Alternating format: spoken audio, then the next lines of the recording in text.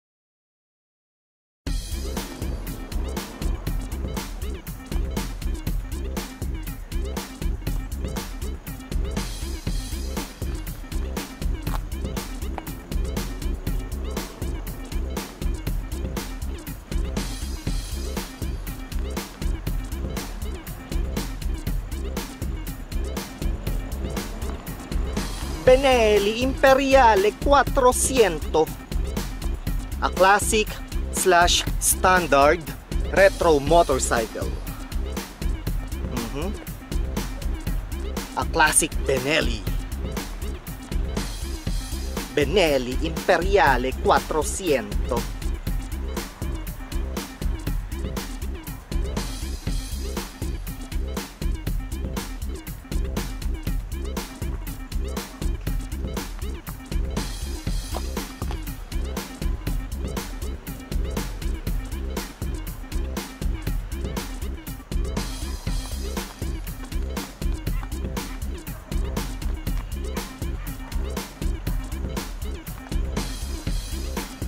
Again folks, this is a standard motorcycle. I'm going to use the word classic. A classic motorcycle.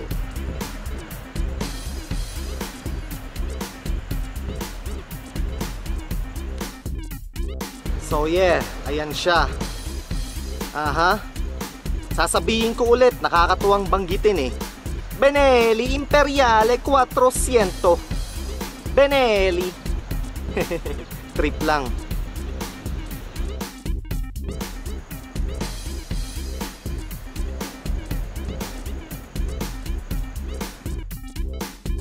Meron akong nilagay eh. Ayan oh. Hindi ito barbecue grill ah. Mukhang barbecue grill eh ano. Parang barbecue grill eh. Pero hindi yan barbecue grill. Ano yan? Rack. Gas tank rack. So, pwede mo siyang lagyan ng kahit ano man sa ibabaw. Lagyan mo ng bag o kung ano man ang gusto mong ilagay. So, hindi magagasgas yung tangke mo. Hindi magagasgas yung gas tank mo, di ba? So, halimbawa ito, no? Itong bag na to, ilagay mo dito tapos lagyan mo ng net.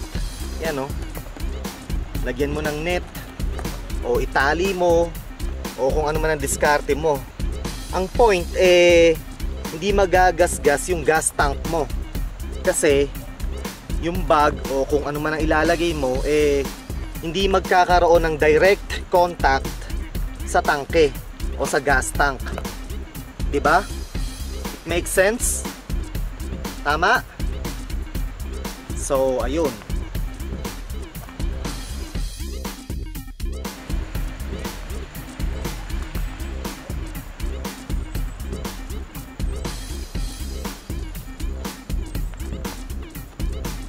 Tapos, nga pala, ito, nilagyan ko ng RFID sticker holder o ano ba tawag dito? Holder ba o pad o board o kung ano man, sige, kung ano man ang tawag nyo. So ayan, nilagyan ko ng RFID sticker board o holder. Ayan. So, etong RFID na nakakabit, ililipat ko yan dito. Diba? Okay, ano?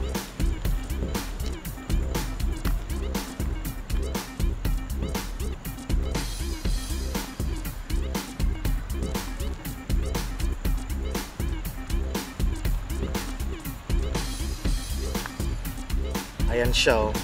Malinis, 'di ba? Malinis. Okay. Ox na ox. So again hindi yan barbecue grill hindi ito barbecue grill Rack yan, rack. Gas tank rack.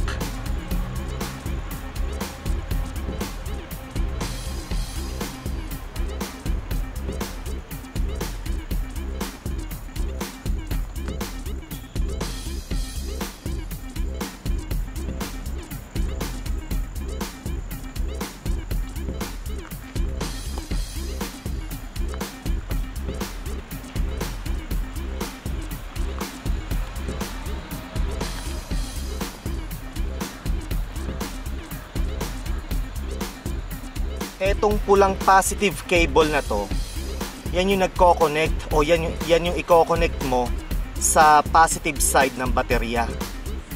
Kulay pula yan So ayan, hindi na siya pula ngayon kasi tinakpan ko siya ng nylon electrical tape.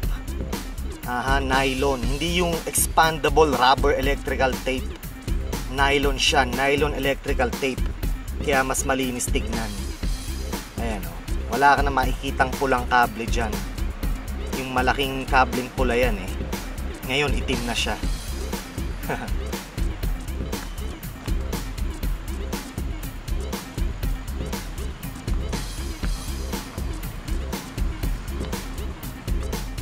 Ayan yung mga wires. Mga wires and cables. Mas malinis na siya tignan ngayon. Inayos ko nilinis ko. Pinagkakabitan ko ng electrical nylon tape o nylon electrical tape. Tsaka inorganized ko yung mga kable at mga wires. So mas malinis na siya tignan ngayon.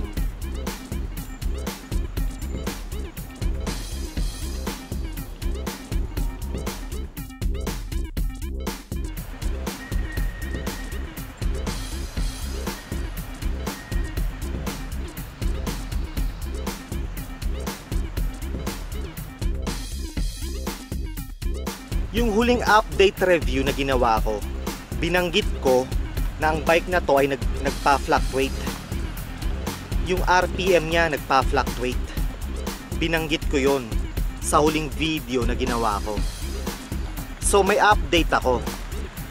Itong huling nakaraang 2 linggo, rinide ko tong bike na to. Naka 200 miles din ako. 200 miles ang kinarga ko sa bike na to itong huling nakaraang 2 linggo. Alam nyo, nawala na yung fluctuation. Hindi na siya nagpa-fluctuate. Basta nawala na lang siya. Parang milagro. Nawala na lang basta.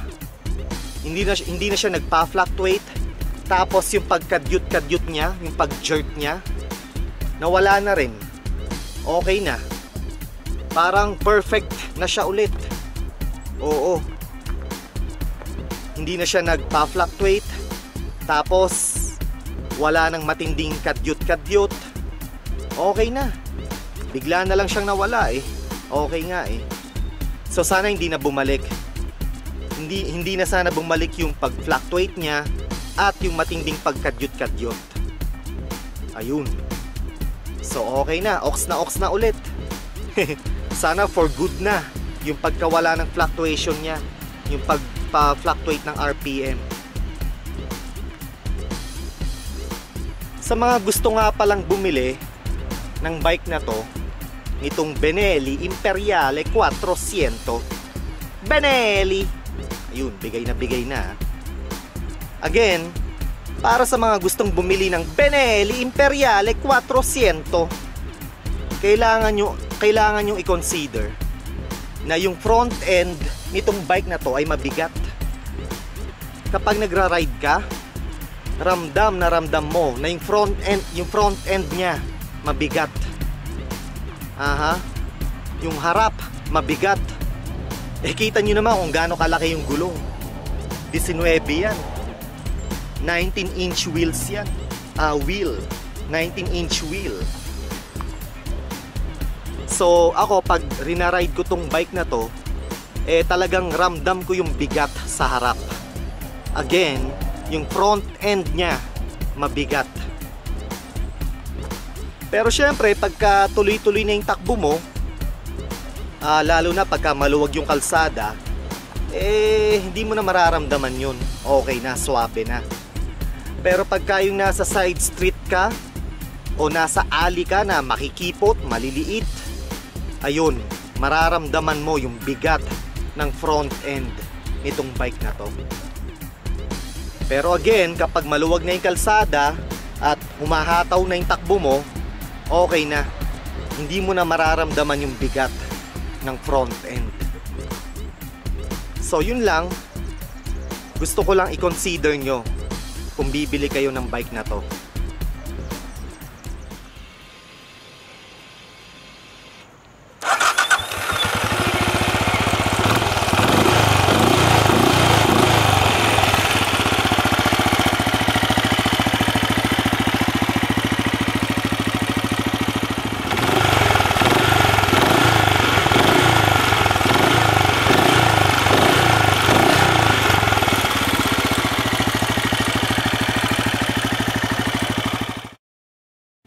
Okay na, wala nang fluctuation ha. Stable na yung RPM nya.